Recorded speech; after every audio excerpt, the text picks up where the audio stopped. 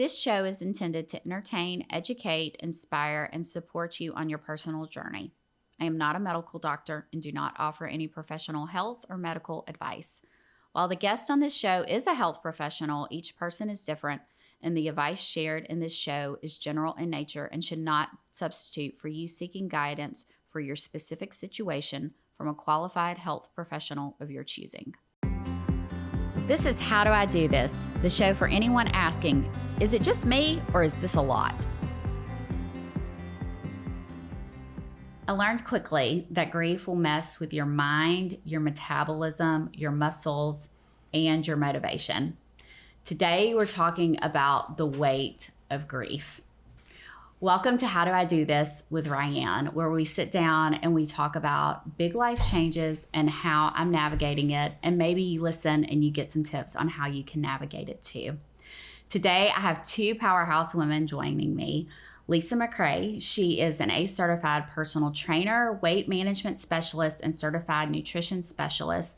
And I also have Allyson Balzuweit, who is a registered dietitian, a busy mom of three, and she's on a mission to help busy women, especially moms, break free from cycles of dieting and poor eating. And so they're gonna help me unravel all of what has gone on in my body and give you some help too if you find yourself in a big change. Welcome, ladies. Thank you. Okay, so for those of y'all who are new, we have a tradition on this show in honor of my grandma Mabel. We have hot tea because before it was in the Urban Dictionary about spilling the tea, she had all the church ladies over multiple times a day and they had hot tea and talk shit. Let's just be honest. So we're having hot tea. Do y'all remember what you picked out to choose? I got the honey lavender. Yeah. Because stress. Yes. And I did the tangerine. Okay. I think it had like energy boost or something. Yeah. So all good stuff. So we can't have a good soul conversation without hot tea. So Allyson, I want to start with you because I feel like when my mom passed, food was immediately on the plate, pun intended. The casseroles started coming. The pies were dropped off at the house. It was just, as my grandma would say, a world of food. And even though I have better habits than I've had in the past, I really found myself in those first couple of days emotionally eating and soothing with food and eating things that I knew would make me feel like trash and not help me feel better, but it was just something I went back to. So I want to really start there. How does what I described to you sound like emotional eating? And is it a bad thing? It absolutely does sound like emotional eating. I look at emotional eating in two ways, though. It can also just be anything where we're eating in response to a positive or negative emotion. So, for example, like we celebrate birthdays, or we go out for ice cream like last day of school, or we're going to dinner for our anniversaries and holidays. So there's a lot of like association directly between food and positive emotions and celebration. But what you're describing, and I think you phrased it earlier, like eating your feelings, that's, coming from the more negative perspective. And it doesn't have to be just grief. It could be boredom, loneliness, just general stress. And I think that I've had a lot of experience, and I know that Lisa has as well, with talking to people that whatever the reason is, there's just a lot of there's a big tendency and drive to that type of thing of like, I'm feeling this, so I'm going to do that. And I also think it's very deeply rooted in how you grew up. So, and I'm not sure what your childhood experience was, but what my experience is with my clients is that typically the way that they're responding is what they learned to do when they were younger. Whether it was like even watching a mom be on a diet. And so there's restriction there versus, oh, you got all A's on your report card, so we're going to go out for ice cream, whereas we don't have it normally in the house, that kind of thing. So it's really on both sides of the, scale or whatever, if you will. But yes, exactly what you're describing though is absolutely like emotionally triggered eating for sure. Yeah. And I think, I stayed in that place longer than I wanted to, but what really sort of got myself back with Lisa's help, because I was meeting with Lisa every week to work out, is to say, okay, food is love, but if I'm eating things that don't serve my body, because I have a family history of type 2 diabetes and high blood pressure, so I have to be careful with how I fuel myself, that love doesn't look like eating the better casseroles for my body. Love looks like making some better choices. And so I was able to do that. So is there a time when you think eating for comfort can be healing? I mean, yes and no. I think that when you're in that grief process, that you need to honor what you're feeling and your emotions. But I also think that there's a strategy. Okay. And I use that with all of my clients regardless, as far as like how to set your plate up or your day up so that you're still nourishing your body, because there is a strong correlation between your gut health and your brain health. And so when we think about grief, I know that that's not the same thing as mood, but the gut and the brain communicate very closely. So if you're eating crap, your brain is going to be signaling you to keep on doing that, and it's going to like kind of keep you in that mode of depression and like being down. Whereas if you're fueling with nourishing foods like protein and like anti-inflammatory foods like vitamins, like fruits and vegetables that are full of vitamins and antioxidants, that kind of thing. And it doesn't have to be just that, but if you're like using that as the foundation for what you're choosing, you are more likely to have a better brain and mood regulation. And that's not like taking away grief or sadness, but it's still setting you up to make better decisions, to choose the workout, or decide that you're going to try to like make a meal that's healthy, versus diving into a bag of chips and sitting on the couch watching Netflix, where that cycle can be really a downward spiral, and it continues and continues and continues. And so that's like the detriment. So I'm not saying like you shouldn't, eat your favorite comfort food. And it's funny that you mentioned too, like the casseroles, that like, people are bringing you food. That's what it is, right? It's so kind. It is. And it's what's easiest for them to bring and provide, but it's not necessarily serving you well in the long term. Yeah. So enjoy the casserole maybe for a few days, and then figure out what small thing you can do. And I forgot to mention this at the beginning, but one reason I really wanted to talk with Allyson, because not only does she have the education, she also lost a parent. So she not only understands from a scientific standpoint and a professional standpoint what this looks like, but also she's lived this life. And so she's had to figure out how to make good decisions for herself in the midst of grief too. So if somebody is listening and they are what I like to call circling the drain, I had a couple of weeks, days where I was circling the drain. What is one easy thing that they could do, or what is like one easy meal that they could go to that you would suggest that they could just kind of have on repeat that would be kind of autopilot almost? I mean, I would say, to be honest with you, something as simple as a sandwich, because my like formula is protein, fat, and fiber, and a sandwich would combine all of those things. Or it could be an omelet, or it could be yogurt with berries and walnuts, depending on what people want to eat. But my advice always is to keep it super simple. And kind of check those boxes for like, where's your protein coming from? Because we want that to be sustaining our blood sugar and keeping blood sugar stable, because that feeds into the height of emotions with grief and the crashes. And if you're like eating sugar and ultra processed food, you're going to be experiencing a lot of cravings and a lot of ups and downs. And we want to minimize that by having like very nourishing whole foods. Yeah. So it really depends on the person as far as what they like prefer, I would say. But the combination of when you're because I know with me, so I had the emotional eating, and then I had the period where I had no appetite. And I want to ask a couple of things. I think I had some easy things I could go to, and that really helped. But is it normal to not have any appetite when you're going through a grief? Not just death, but like any big change. Have you found that to be, am I normal? Was I normal?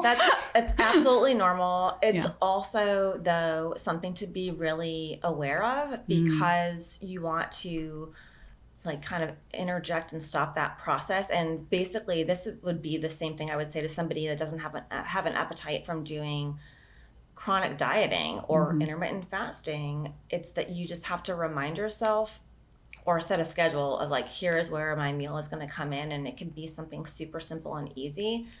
But the problem with like the no appetite thing is that often segues into the comfort food thing. It's like, then you do have an appetite and you're like, well, I'm not eating much at all, so now I'm going to have like this gallon of ice cream or this bag of chips. And so that can fuel that cycle that then makes you feel guilty for having crappy food, and not making you feel good. Yeah. So let's say somebody is in a grief episode, and everybody grieves differently. I decided apparently to make a podcast. But let's say they decide, okay, I'm going to get my shit together and I'm going to live healthy. A loved one has passed, or, I've gone through a divorce and I just want to make over some things in my life. What do you recommend? Is that a good time to start looking at their nutrition, or what would you recommend if somebody said, I'm coming out of a grief episode, it's real fresh, and I'm going to be the best me? Yeah.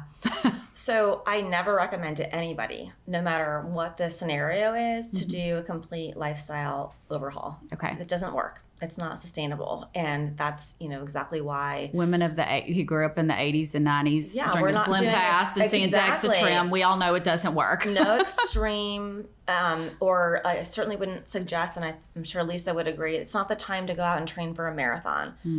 But I do feel like making shifts, and it kind of would depend on the context of the situation and the grief. And like you mentioned, your mom, had complications with type 2 diabetes. And so it makes sense that you would say, well, I don't want that to happen to me. I want to be here for my son. And so it's time, like I'm going to address my diet. And so I think it is relevant, but the way that I do that and suggest it to people is like, just take small steps and build on them over time. Like add the movement in with workouts, but not like a complete overhaul, because when you're grieving, especially, you don't really have the mental capacity to take that on. And I think that people that try to do that to the extreme are going to fail and then feel worse than when they started. And I do think setting out on a mission to build on healthy habits is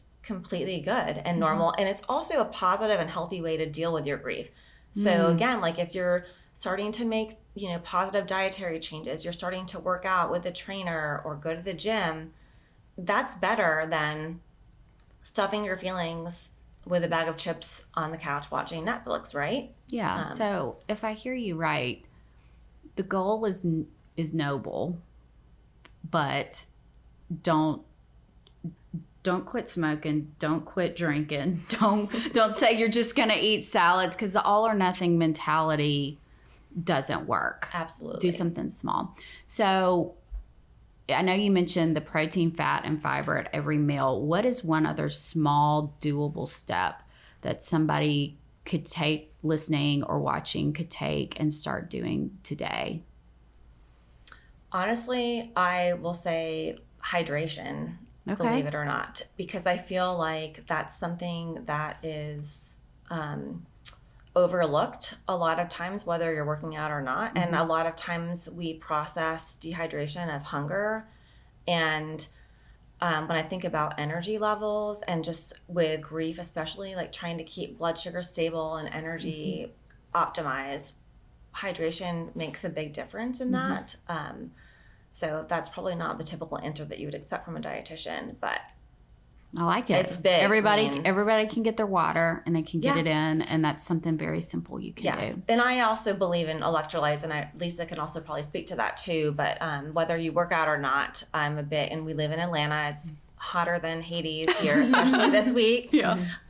So I think that's also something that people overlook and don't realize that would be a benefit for energy and all of that in conjunction with nourishing food. I love that. And it's so simple because when you're in a grief moment, just having something you don't have to think about, and you can fill up your water bottle and you can get it in every day. Do it every day. Yeah. Just every day. And the electrolytes they taste good. The brand I like is Element, and it, it's got flavor, and it just makes it easier to drink the water, and that can be helpful. So that's something small, and replaces like the sugar fix. Yeah. Right. Yeah. So. Okay, so let's shift to the physical body, because Lisa is my trainer, and I started working out with her during a large life change, and then my mom also passed. And she has seen me at my best and my worst, and you've seen me and stood beside me crying through sessions. But for her, I probably would have, I have now a 15-year habit of getting in daily motion, but it was hard, but I knew I had that commitment to you. And so I'm so thankful that I had that already in place.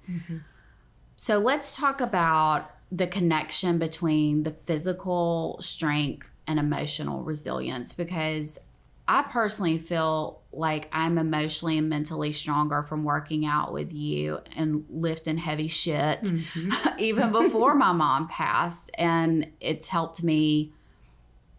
It's helped me in ways that I'm obviously having a hard time articulating. But what do you think that the connection is? Yeah, I think doing hard things, right? Like I think I was one of the first people you saw after this happened. I remember. Probably. Outside of my family. Outside of your family, you walked in that day and, you just kind of broke down, which you have to meet people where they're at, right? I mean, I didn't really know what to expect when you walked in that day. I don't think I did either. I was just right. I didn't know if I was just going to sit on the floor and cry all day. And if you had, that would have been okay. And, I often joke that trainers should have a prerequisite to be therapists, just like, hairdressers or people that you just, I mean, I see you twice a week. I see you more than I see my best friends. Yeah. We get to know each other very, very well. And you came in and, you do hard things every time you see me. And that is going to feel like an accomplishment. Okay. I did something today. Yeah. Even if that's the only thing you did that day. You actually got up, you left your house, and you got to where we work out, and you got 45 minutes of movement. And I don't know about you, but I've never had anyone come in and say, I feel worse after that workout. You know? That's true. I never You have. feel worse after a workout. Well, and I think that was what motivated me, even in addition to adding in my walks that I do, is that on the days where it's really, really hard and that willpower doesn't exist, knowing what's on the other side, knowing that if I get in the car, well, actually, I even take it back a step. I take it back even smaller. Just let me put on my clothes. Yeah. Let me wrestle myself into this sports bra, because that's an accomplishment sometimes. Absolutely. And then get to your house that I know it's going to be hard. My body's going to be different, but I know I'm going to not regret doing it. No, you can feel great afterwards. Yeah. So we've talked about this a little bit, but after I lift weights with you, I sleep like a freaking champ. I'm a busy mom. I have a lot of stress with my normal job. So what is going on in my body that I sleep so much better after lifting weights, as opposed to if I do a spin ride or a walk, or even because I've done a variety of workouts in my life. What's the difference? But you're the first time I've ever started like lifting heavy shit. Yeah. Well, I mean, exercise is going to, reduce that cortisol, that stress hormone that you have. And if stress if your stress level goes down, you're going to be calmer. Your anxiety may go down. If somebody has depression, a workout's always going to make you feel better, kind of release that stress hormone and help you sleep better at night. Those things all go together. So yeah.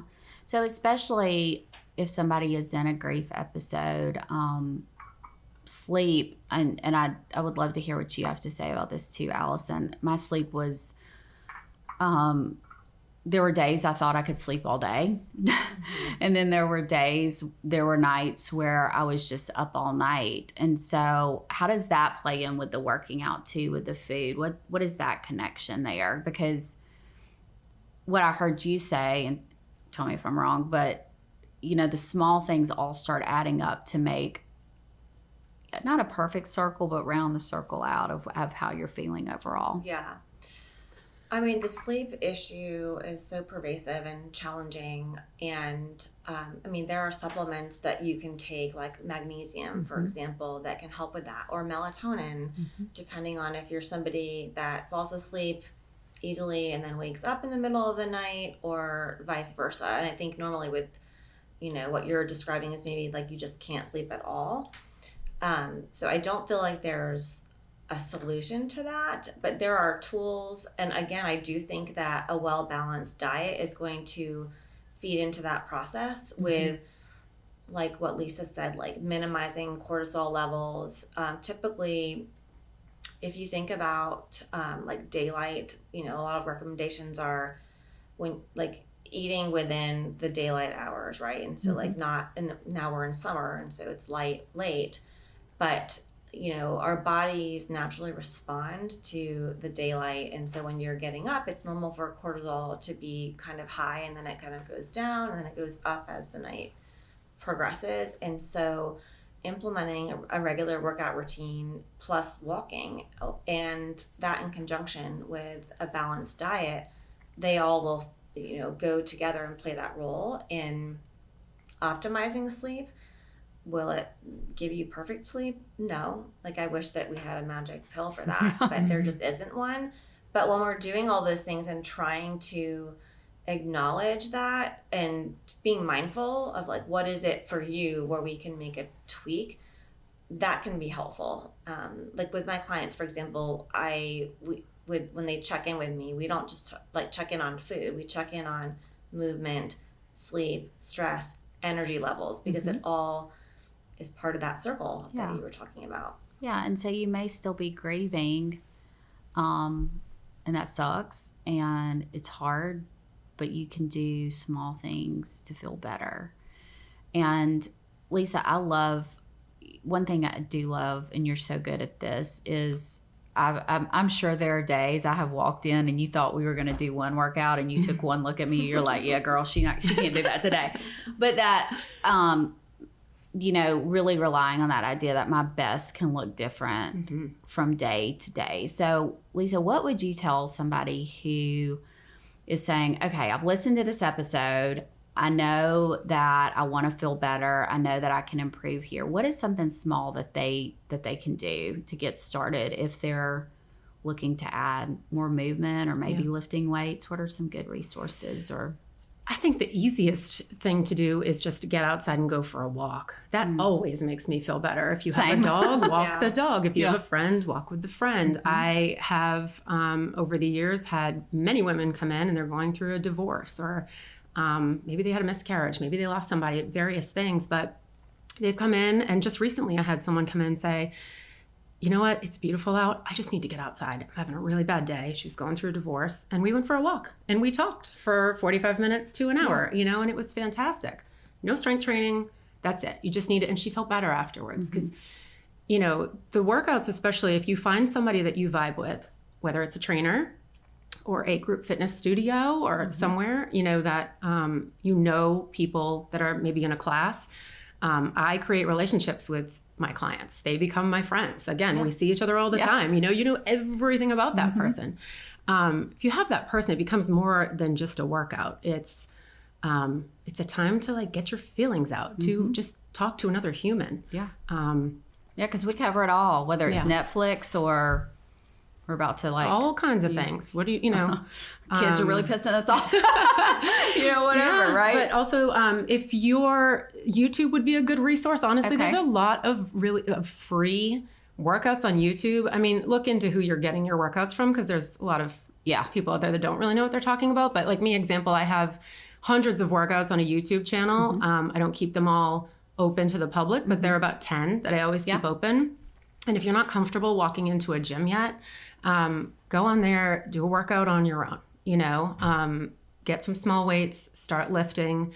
With my videos, I'll walk you through form and things like that. So find somebody where you can maybe start that if you're not quite ready to get out into like a public large gym. Yeah. So that might help. So you mentioned YouTube, and I'm so glad you did, because YouTube and social media, there's a lot of people that are giving advice right in the line of what you all both do. And we know some of it is really amazing, and some of it is a cute influencer with good genetics, I'm convinced. So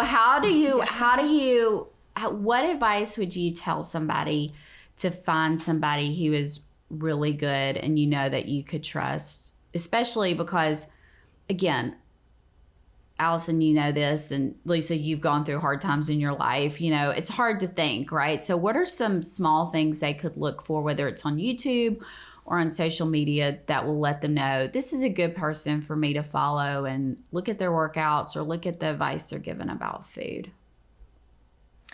Okay, I'll go first. Okay. Obviously I'm a dietitian, and tell me the difference between that and a nutritionist. Yes, tell me. And like those terms are often used interchangeably, and I even do that myself. Okay. But if you think about social media, and you scroll through, you're getting a lot of advice from someone who's labeling themselves as a nutritionist. The difference is, for me, it's basically like bottom line, more education, more training, more experience, and also a credentialed agency that's overseeing what I'm able to provide for my patients, clients, however you want to And I imagine you probably have to do continuing education every year. Yep. So there's a 5-year cycle for that, 75 credits every 5 years. So basically I did my undergrad 4 years. I got a bachelor's in nutrition, but then to be a dietitian, I had to have practical experience. So I did a year-long internship at a hospital in Boston, Mass General, which is amazing.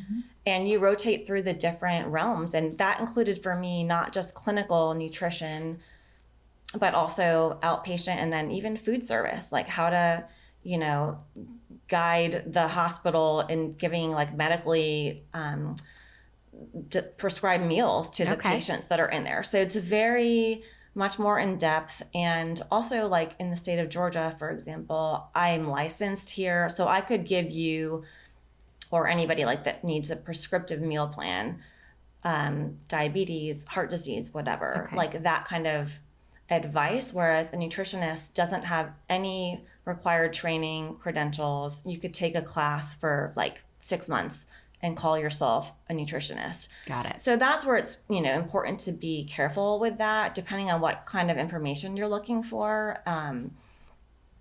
And I think it is frustrating for me to see even health coaches, or sometimes not Lisa, because Lisa and I have worked closely together with bouncing clients back and forth, but a lot of personal trainers take the nutrition realm under their belt because they've taken one class and it's not always appropriate. And so basically, bottom line, I made that very wordy, but dietitians are way more educated, experienced, and trained. And with that responsibility, we also take a national board exam to become qualified. So if you find that influencer you love on Instagram, look to see if they have registered dietitian in their bio, is what I'm hearing.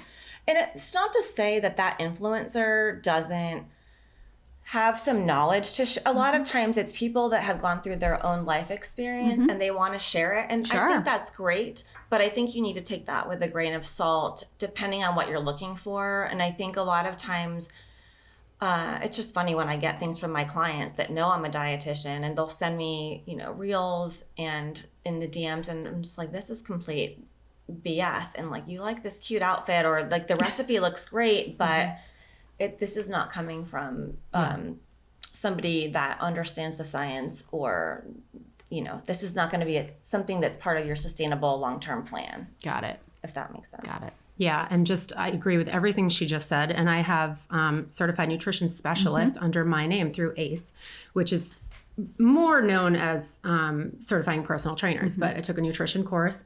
Like Allyson said, it wasn't in depth. It was nothing like what she has done. I've sent her people that have come to me that I just can't help. I don't have the experience to be able, like diabetics, severely obese people, people like that. And I'm like, I think it's better that you work with Allyson for the nutrition piece, and I can help you with the workout piece. So I can do basics. I know, you should be eating protein and carbs and fiber and fat. And, if you don't have underlying medical issues, sure. But Allyson is much more of a specialist in nutrition than.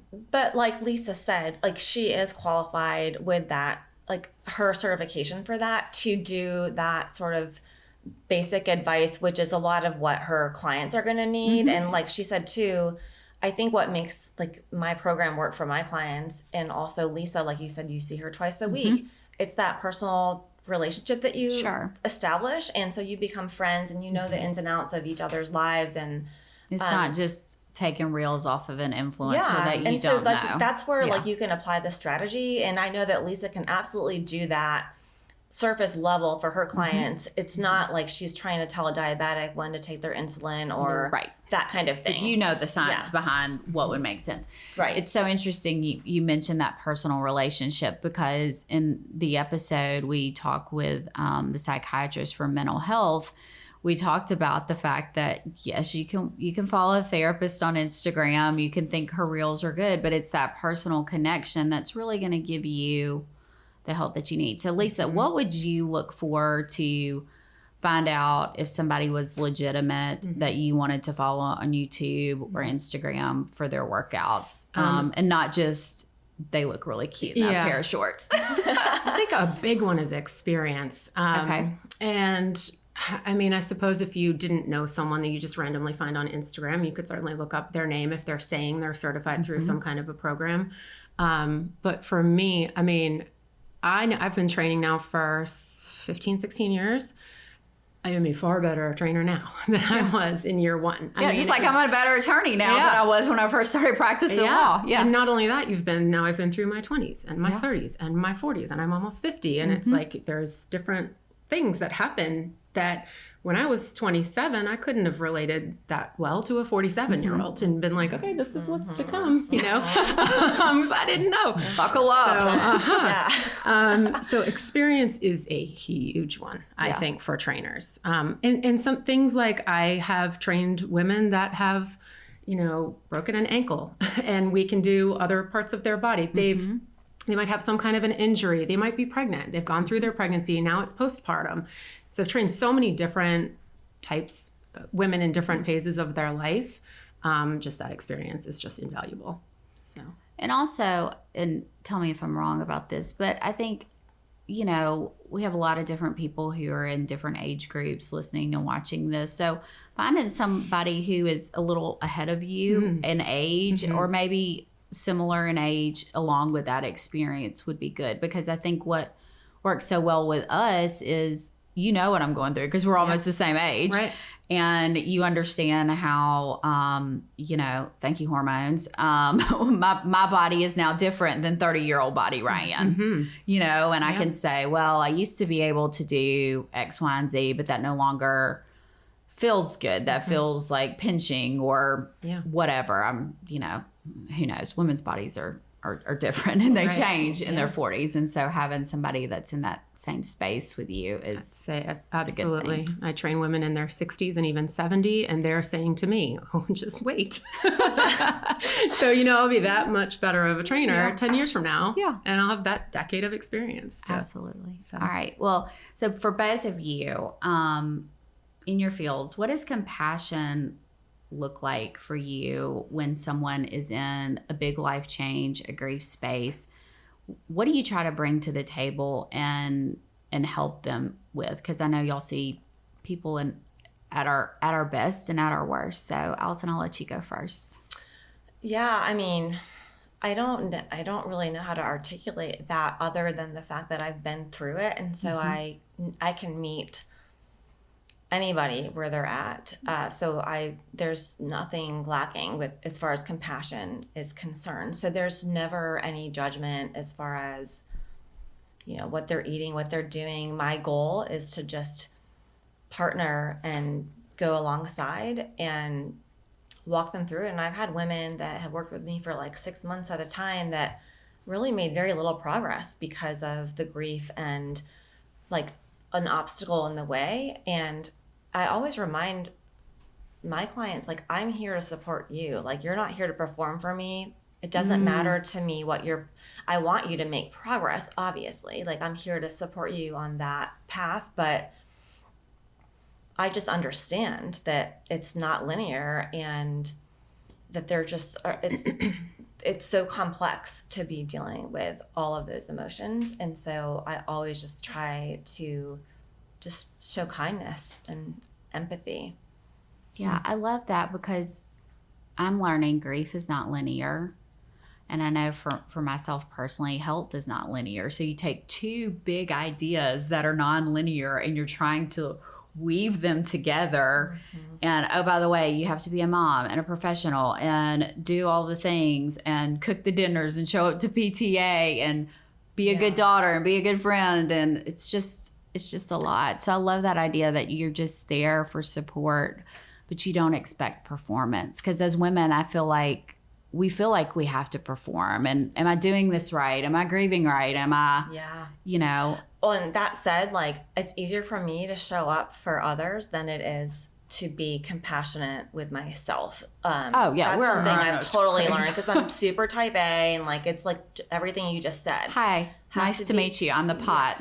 Yep. So that is tricky. And sometimes I think that like, I've had to kind of find that check-in point with myself of like, okay, like, you need to show up for yourself today.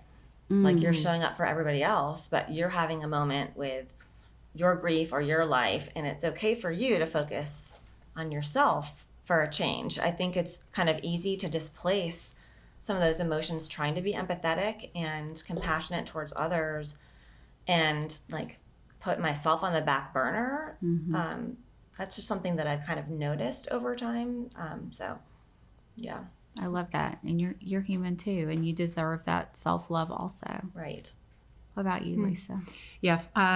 Along the same lines, being flexibility. Like if someone walks in, I had someone come in the other day that said, gosh, I'm just not into this today. And I just had this and this and this go on. And can we just stretch?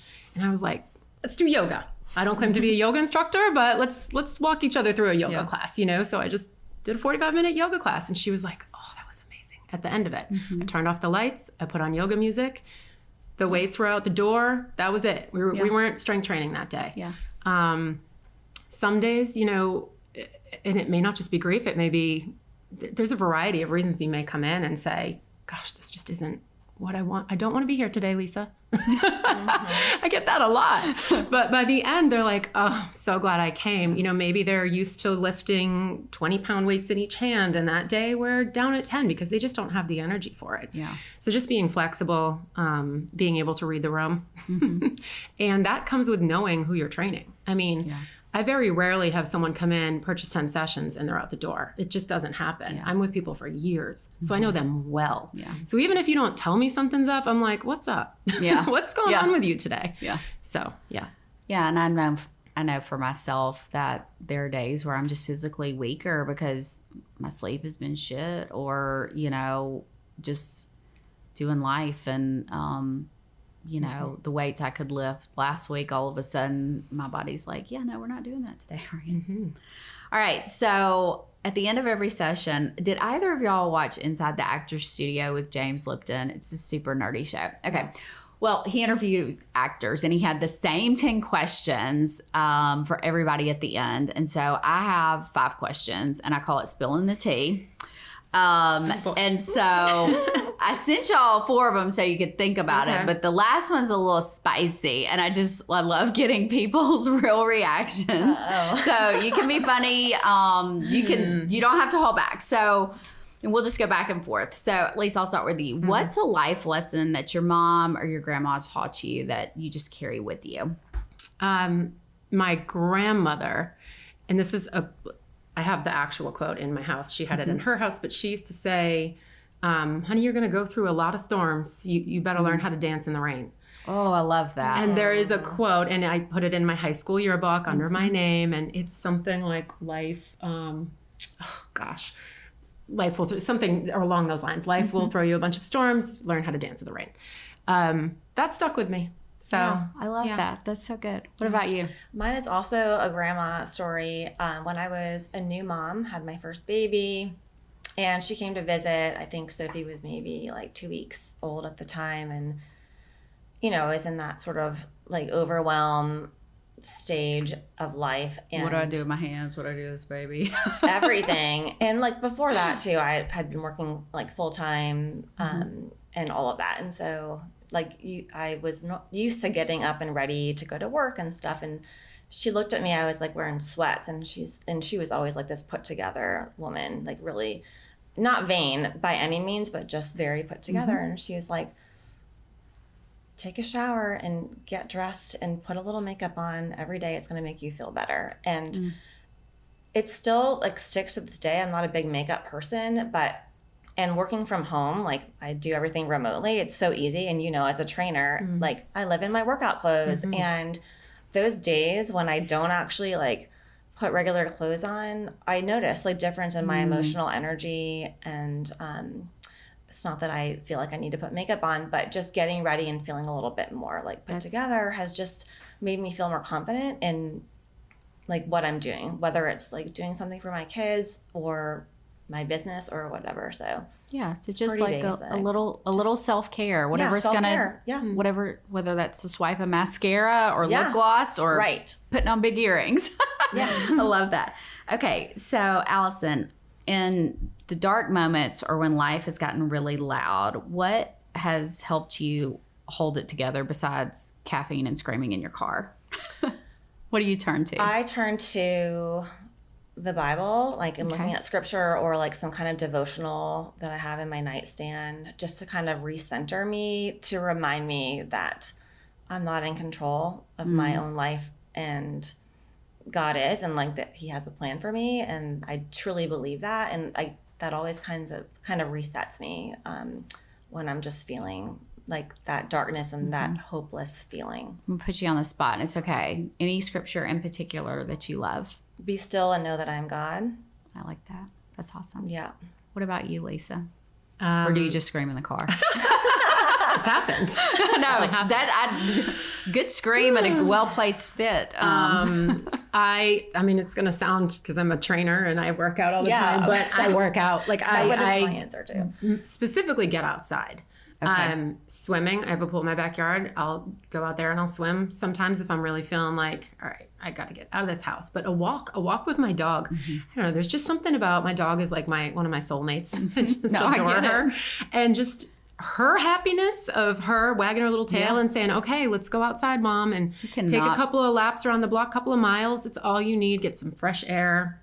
I'm an outdoor person. I love anything outdoors, just even sitting outdoors. I just love it. So it's hard to be sad when you're looking at a little wiggly butt. Yes, exactly. All right. Lisa, what's the most sacred or sentimental thing on your nightstand or in your home right now? Pretty much all grandmother stuff. I lost my grandmother when I was 17. She was I was very close to her. She lived right down the street, was always there. I have a little angel that she had that I love, and a little bluebird. And those two things, I remember where they were in her place when she passed. But also her written recipes, handwritten recipes. I have cookbooks from her. Box of those from my grandmother. Yeah, I have some from my mom too, specifically. They're banana bread, meatloaf, and lasagna. Yeah. Awesome. I mean, now I know them by heart, but they're written out, in their handwriting. How many people do that anymore?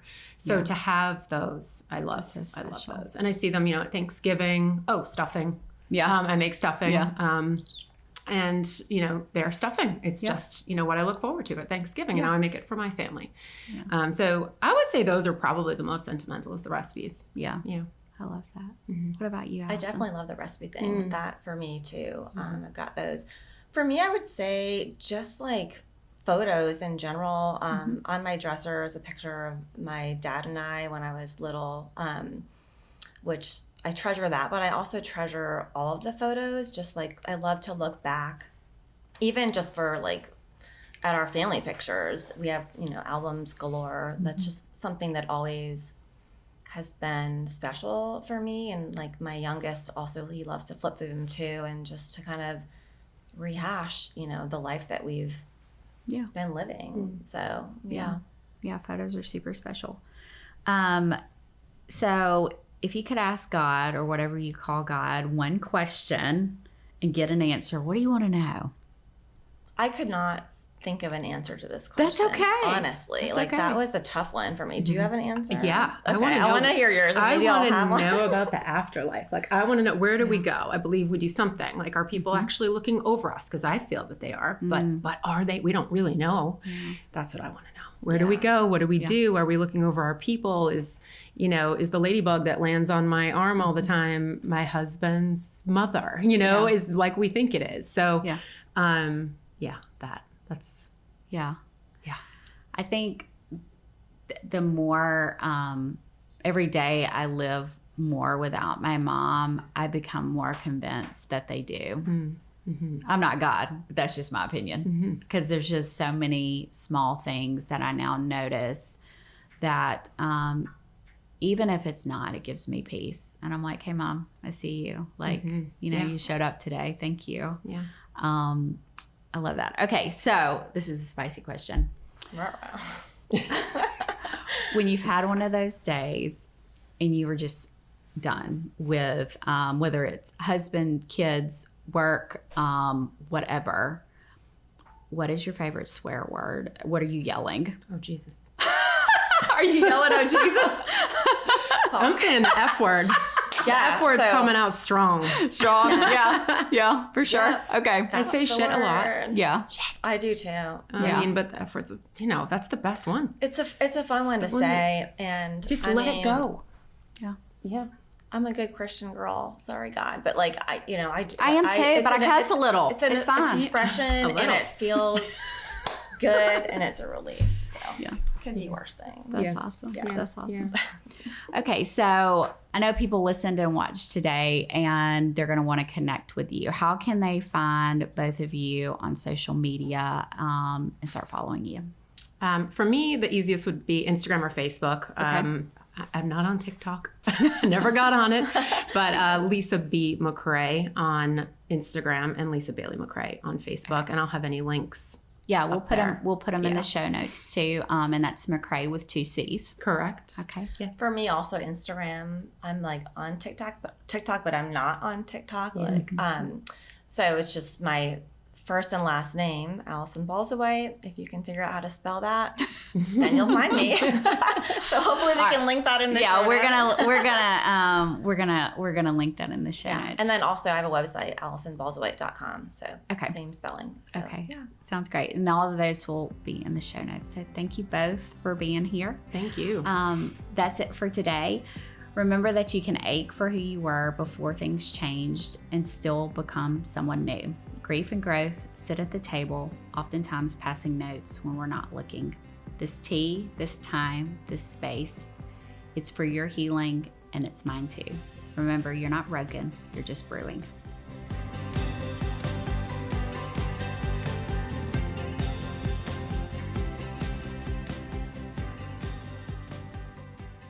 Follow along on Instagram at How Do I Do This Pod and on YouTube at How Do I Do This Pod.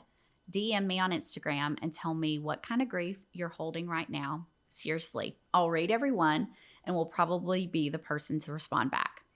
Tell me what you have tried that you think might help me. I'm open to trying anything that's not illegal. Your story might find its way into one of our future episodes.